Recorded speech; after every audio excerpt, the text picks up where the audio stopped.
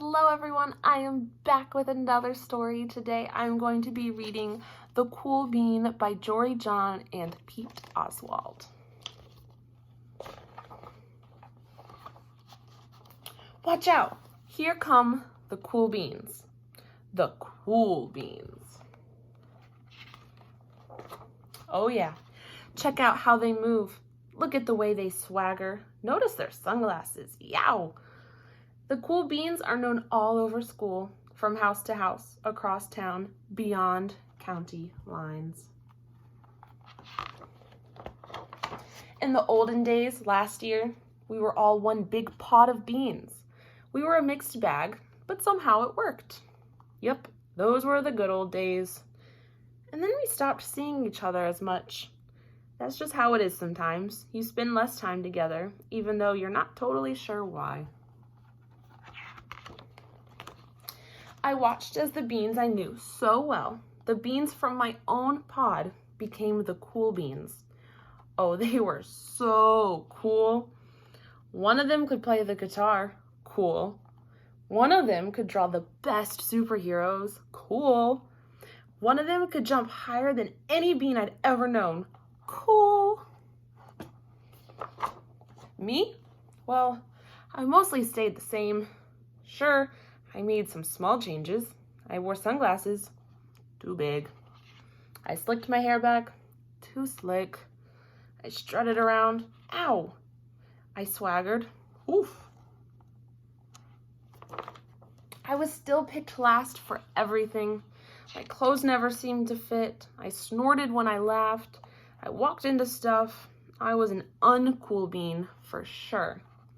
I started thinking of myself as just a common bean with no special skills.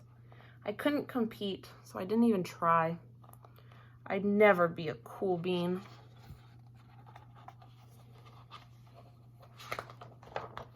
It seemed like there were two types of beans in the world. There were the cool beans and the beans like me. The days all blended together. I lived my life and things were just okay. I took tests and I ate lunches and mostly kept to myself. The cool beans continued being cool. I mean, sure, I missed them a bit, but it's not like I was going to say anything. I felt like all that coolness had gotten in the way of our friendship. And that's how it went until one day I was in the cafeteria. I dropped my lunch on my loafers. Oh no, not again. But then something sort of miraculous happened. Out of nowhere, one of the cool beans helped me clean it up. He didn't even say anything. He just gave me a nod. That was it. Later, I was out on the playground. I tripped and scraped my knee and maybe cried a little bit, and everybody saw it. Another one of the cool beans came to my side, and without a word, he dusted me off.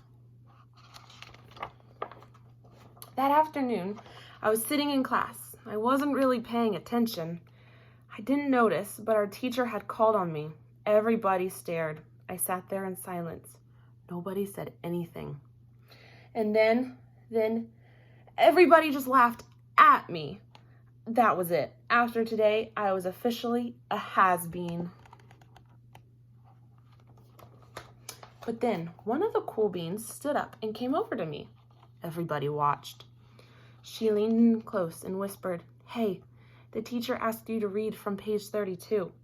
Then she gave me a quick wink and went back to her seat.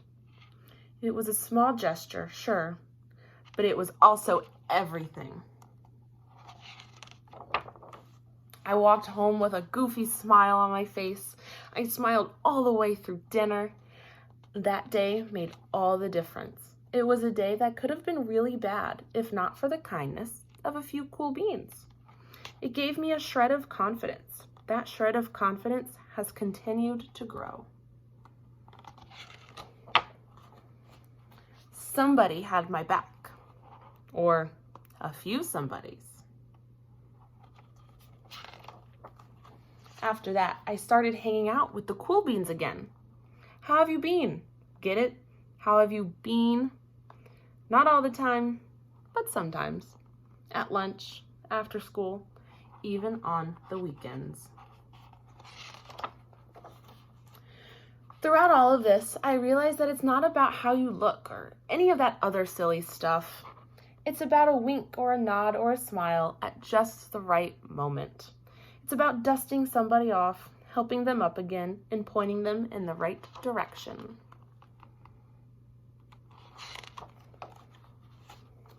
You need a hand? Yes, please. Now that's cool. The end. That was The Cool Bean by Jory John and Pete Oswald. I hope you all enjoyed, and I will see you all again very, very soon for another story. Bye!